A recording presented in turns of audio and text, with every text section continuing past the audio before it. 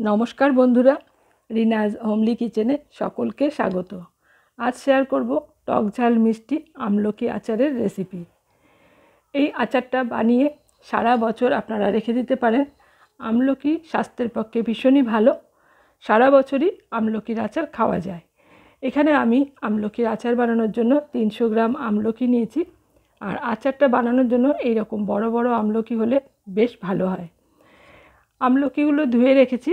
এখন একটা পাত্রে আমি বেশ কিছুটা জল নিয়েছি, তার মধ্যে আমলকিগুলো দিয়ে দিলাম। আর হাফ চামচেরও কম একটু নুন দিয়ে আমলকিটাকে আমি সেদ্ধ করে নেব। নুন দিলে তাড়াতাড়ি সেদ্ধ হয়ে যাবে। এবার ঢাকা দিয়ে রেখে দিলাম। এদিকে আমি আচারের মশলাটা তৈরি করে নেব।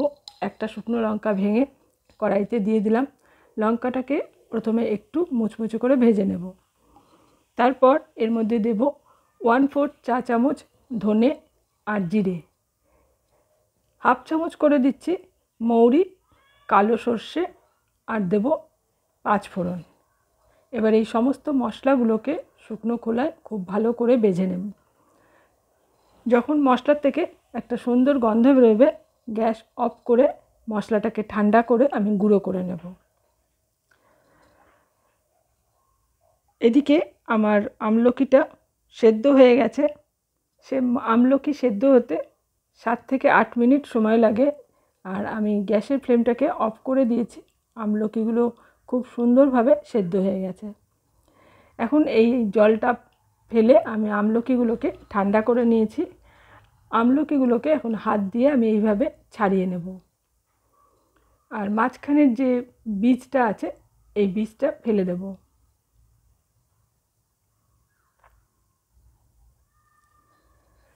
সমস্ত আমলকিগুলো আমি এইভাবে ছাড়িয়ে নিচ্ছি।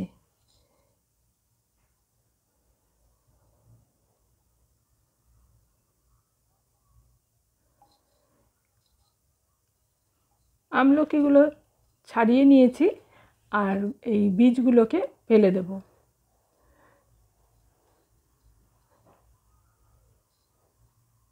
এবার এই যে আমলকিগুলো, এগুলোর মধ্যে যেগুলো বড় বড় টুকরো আছে সেগুলোকে হাত দিয়ে একটু এইভাবে ভেঙে নেব। একদম আলু সেদ্ধ মাখার মতো করে চটকিয়ে মাখবো না, কারণ এটা যখন আচারটা আমি তৈরি করব তখনই এটা গলে যাবে। বড় অংশগুলোকে আমি একটু ভেঙে নিলাম। এবার একটা কড়াই গরম করে তার মধ্যে দিয়ে দেব 1 চামচ সর্ষের তেল। তেলটা খুব ভালো মতো গরম করে নিয়ে দিয়ে দেব হাফ চামচ 5 ফোড়ন।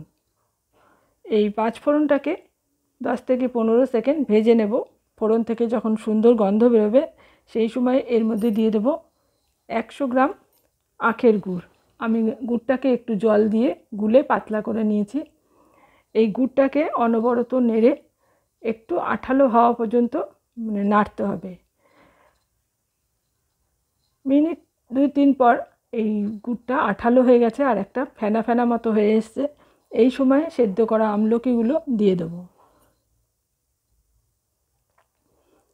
এইভাবে আমলকির আচারটা বানালে প্রায় 1 বছর ভালো থাকে। মাঝে মাঝে একটু রোদ্দুরে দিতে হয়, তাহলে পরেই আমলকির আচারটা খুব ভালো থাকবে। অনবরত নেড়ে এখন এই গুড়ের মধ্যে যে জলটা আছে সেটা পুরোটা শুকিয়ে নেব। আর এইভাবে খুন্তি দিয়ে একটু নেড়ে চেড়ে এই আমলকির টুকরোগুলোকে ভেঙে দেব। এটা নাড়াচাড়া করতে করতে একদম মিশে যাবে।